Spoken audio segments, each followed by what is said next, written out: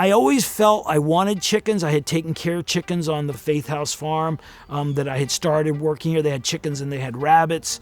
The chickens were of interest to me. I always felt I didn't have enough room in this small city lot that I'm living in. I just said, I think I can do it. I utilized some space behind my sheds for their coop. And then it turns out I had a run. I just built another wall in the back that added, there's about 600 square feet there.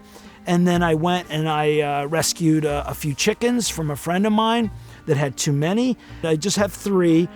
But I do have space for as many as I want. 600 square feet, are you kidding me? Most chicken farms, they give a square foot per chicken, maybe 2 if you're lucky. So I have a lot of room there, and these chickens are really happy. At first, I was just feeding them organic feed, and it was getting kind of expensive. So then I started realizing that, wait a minute, I've got all this stuff I'm growing. Let's see, what can I supplement their food with? And I started looking stuff up, and sure enough, moringa was high on the list. I grow moringa and I dry it. Also mulberry, this is a mulberry here. The leaves from the mulberry, whenever I do a trimming of it for more propagation, I dry the leaves. I also add that to their feed. Anytime I'm dumpster diving, if I find flaxseed or a little bit of bread, not too much bread, but I'm adding whatever I can.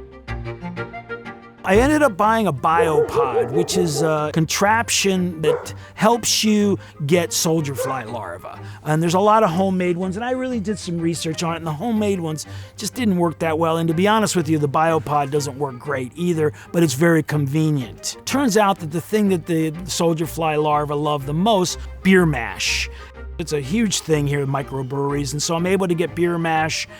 When the soldier fly get in there and start eating the beer mash, it doesn't get moldy when they're in there for whatever reason. So I can even scoop out the young soldier fly larvae before they pupate. When the soldier fly larvae are actively engaging with the beer mash, the chickens can eat it. It doesn't get moldy. So that, I just discovered that recently, which is really a wonderful discovery. Lettuces and things like that, they just really don't make much soil. The worms don't like it that much. No one really wants it except for the chickens. There's a Greek place that I go to, and there's one bag that's always the leftovers of the Greek salad. And I'm telling you, I think these chickens are Greek because they're dancing. When I pull that bag out, they are just so ready. There's a little bit of an issue with some mice that are protected in the chicken coop, and they only come out at night. Chickens eat all kinds of little animals. The lizards, they'll catch them and eat them. Of course, the palmetto bugs. Anytime I'm working in the garden and I find some of the native worms, I throw them over the fence for the chickens. In that corner where I throw all this food is where they spend most of the day, pooping, peeing, and turning. About every 4 months, I go back there with my hand sifter and I sift out, a good 30, 40 gallons of soil. The stuff that sifts out, that's coarse, I throw it back in their run, but I take that and I use that as part of my potting soil.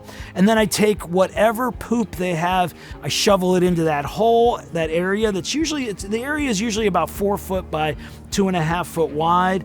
Then I shovel all that poop in there, cover it with mulch, and let them go at it again. That soil tends to be a little sandier, which actually some plants prefer.